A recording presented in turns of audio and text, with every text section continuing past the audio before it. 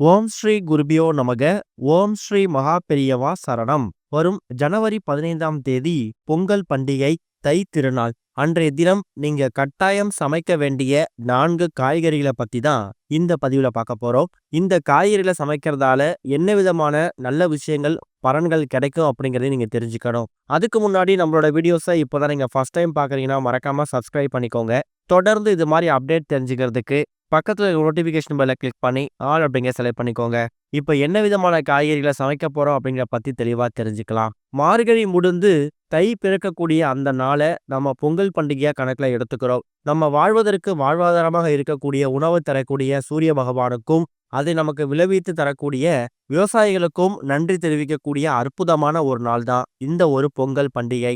எப்படி பொங்கல் பானையில பொங்கல் பொங்கி வழியுதோ அதே மாதிரி நமக்கு வாழ்க்கையில் இருக்கக்கூடிய செல்வங்கள், சந்தோஷங்கள் இது எல்லாமே நிரம்பி வழியணும், பொங்கி வழியணும் அப்படிங்கிறதுக்காக கொண்டாடப்படக்கூடிய அற்புதமான ஒரு திருநாள் தான் இந்த ஒரு பொங்கல் பண்டிகை.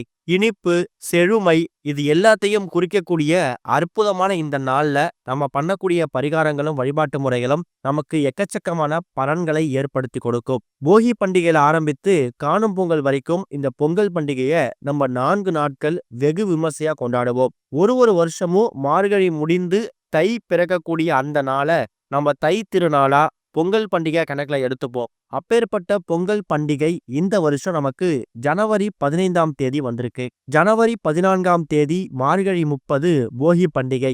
பழையன கழிதலும் புதியன புகுதலும் அப்படிங்கிறதுக்காக எக்கச்சக்கமான வழிபாட்டு முறைகளையும் நீங்க உங்ககிட்டையும் உங்களை சுற்றியும் இருக்கக்கூடிய எல்லா விதமான கெடுதல்களையும் நெருப்பில் போட்டு பொசுக்கக்கூடிய அற்புதமான ஒரு நாள். அடுத்ததா பொங்கல், அதுக்கு அடுத்த நாள் மாட்டுப் பொங்கல், கடைசியா காணும் பொங்கல்னு சொல்லி ஒரு வருஷமும் ரொம்ப இனிமையா கொண்டாடக்கூடிய இந்த 4 நாட்கள்ல ரொம்ப முக்கியமான ஒரு நாள் தை திருநாள். தை மாதத்தோட முதல் நாள் வரக்கூடிய பொங்கல் பண்டிகை.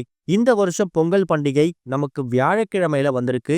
குருவாரம். ரொம்ப அற்புதமான ஒரு நாள். நிறைய பேரு அன்றைய தினம் எந்த நேரத்துல பொங்கல் பானை வைக்கலாம், பொங்கல் வைத்து பொங்கல் பொங்குவதற்கான சரியான நேரம் எது அப்படிங்கிற மாதிரி கேக்குறீங்க.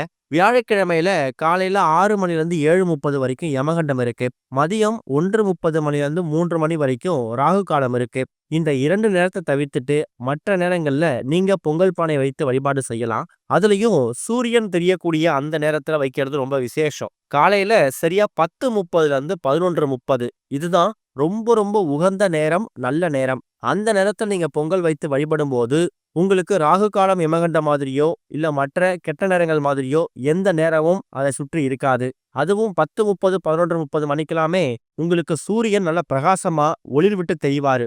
அந்த நேரத்துல பொங்கல் வைத்து வழிபாடு செய்துட்டு நீங்க வீட்டுல இறைவனுக்கு படைக்கிறதுக்கு முன்னாடி நம்மோட உயிர் வாழ்வதற்கான வாழ்வாதாரமாக இருக்கக்கூடிய அந்த உணவை நமக்கு தரக்கூடிய சூரிய பகவான் இருக்காருல்ல, அவருக்கு நீங்க பொங்கிருக்கக்கூடிய அந்த பொங்கலை பிரசாதமாக நைவேத்தியமாக படைக்கணும். அதே மாதிரி உங்களுக்கு வீட்டு வாசலில் வைத்து பொங்கல் பொங்கக்கூடிய வழக்கம் இருந்தாலும் சரி, உங்க வீட்டோட சமையல் அறையில பொங்கல் பொங்கக்கூடிய வழக்கம் இருந்தாலும் சரி, பொங்கல் பொங்குவதற்கு அந்த பொங்கல் பானையை வைக்கிறதுக்கு முன்னாடி முதல்ல மஞ்சள்ல பிள்ளையார் பிடித்து வைத்து அதை உங்க வீட்டுல அடுப்பு பக்கத்துல வச்சுட்டு, இல்ல வாசல் பொங்கல் வைக்கிற மாதிரி இருந்தா அந்த அடுப்பு பக்கத்துல வச்சுட்டு தான் நீங்க பொங்கல் பானை எடுத்து வைக்கணும். முழு முதற் கடவுளாக இருக்கக்கூடிய விநாயகரை வணங்கிட்டு நம்ம பண்ணக்கூடிய எந்த ஒரு காரியமாக இருந்தாலும் நிச்சயம் அதுல நமக்கு வெற்றி கிடைக்கும். எந்த விதமான கெட்ட சக்திகளும் நெருங்காது அப்படிங்கிறது ஒரு பெரிய நம்பிக்கை. மங்களங்கள் உண்டாகும். இதுதான் ஒரு வருஷம் வரக்கூடிய பொங்கல் பண்டிகை. அதுவும் இந்த வருஷம் வரக்கூடிய பொங்கல் பண்டிகை அன்னைக்கு பொங்கல் பானை வைத்து வழிபடுவதற்கான முக்கியமான நோக்கம்.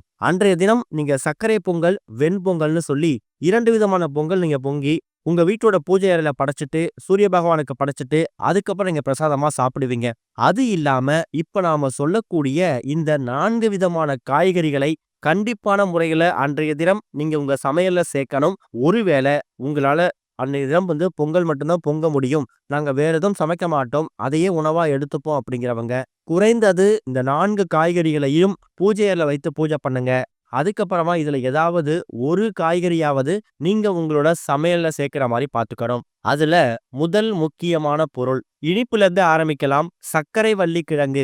கண்டிப்பான முறையில நீங்க சர்க்கரை வள்ளி கிழங்க உங்களோட சமையல்ல நீங்க சேர்த்துக்கலாம். இதை நீங்க வேக வைத்து சாப்பிடும்போது இதுல எக்கச்சக்கமான மருத்துவ குணங்கள் இருக்கும். கண் பார்வையை மேம்படுத்தக்கூடிய வைட்டமின் ஏ சக்தி இந்த சர்க்கரை வள்ளி கிழங்குல இருக்கு. சரும பொலிவுக்கும் இது நல்ல வழிவகை ஏற்படுத்தும். பொதுவாவே பொங்கல் இந்த குளிர்காலத்துல வரும். அந்த நேரத்துல சருமம் வறண்டு போயிருக்கும். அதை மேம்படுத்தக்கூடிய ஒரு பொருளா இந்த சர்க்கரை வள்ளி கிழங்க பயன்படுத்திக்கலாம். பாரம்பரியமான முறைப்படி பார்க்கும்போது, பூமிக்கு அடியில விளையக்கூடிய இந்த கிழங்குகளை படைக்கிறது, நமக்கு உணவை கொடுக்கக்கூடிய அந்த பூமி தாய் இருக்காங்கல்ல, மண்ணோடு இருக்கக்கூடிய அந்த பிணைப்பை குறிக்கிறதால, கண்டிப்பா நீங்க சர்க்கரை வள்ளி கிழங்க படைக்கணும். இல்ல வாங்கிட்டு சமைச்சு அத சாப்பிடலாம். அடுத்ததா மஞ்சள் பூசணி, பரங்கிக்காய்ன்னு சொல்லுவாங்க.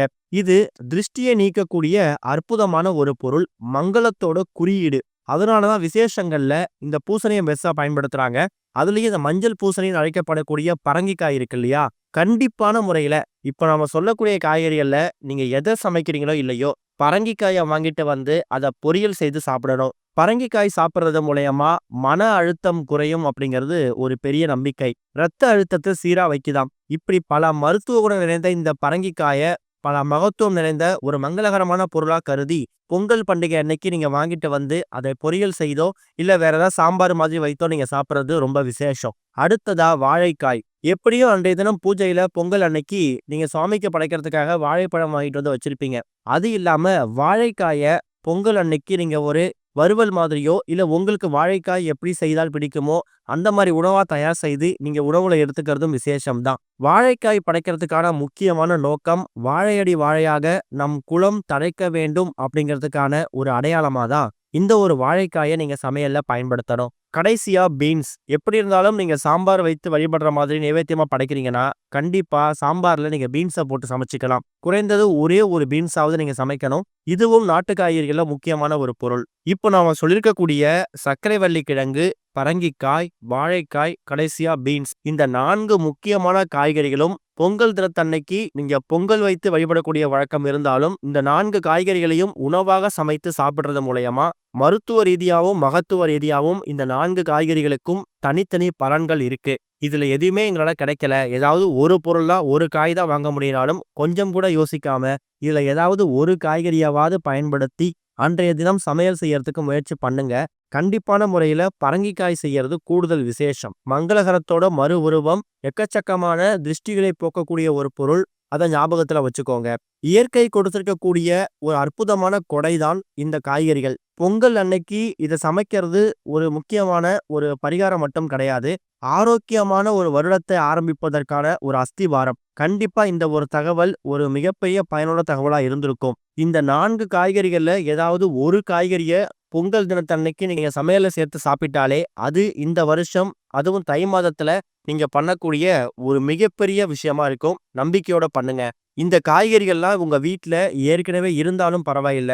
புதிதாக வாங்கி படைக்கணும், இல்ல சமைக்கணும் அப்படிங்கிற கட்டாயம் கிடையாது. ஒருவேளை சமைக்கிறதுக்கு விருப்பம் இல்ல, இந்த காய்கறிகள அன்றைய தினம் பொங்கல் அன்னைக்கு நாங்க சமைக்க மாட்டோம். அன்றைய தினம் பொங்கல், சர்க்கரை பொங்கல் மட்டுமே வைத்து நாங்க உணவாக எடுத்துப்போம் அப்படிங்கிறவங்க, இந்த 4 காய்கறிகளையும் வாங்கிட்டு பூஜை அறையில வச்சு பூஜை பண்ணிட்டு, அதுக்கு மறுநாளோ, இல்ல அதுக்கு அடுத்ததா வரக்கூடிய நாட்கள்லயோ நீங்க சமையலுக்கு பயன்படுத்திக்கலாம். வாங்கக்கூடிய நாள் அப்படிங்கிறது பொங்கல் தினமாக இருந்தா விசேஷம். நம்பிக்கையோட பண்ணுங்க. நல்லதே நடக்கும். ஓம் ஸ்ரீ குருபியோ நமக.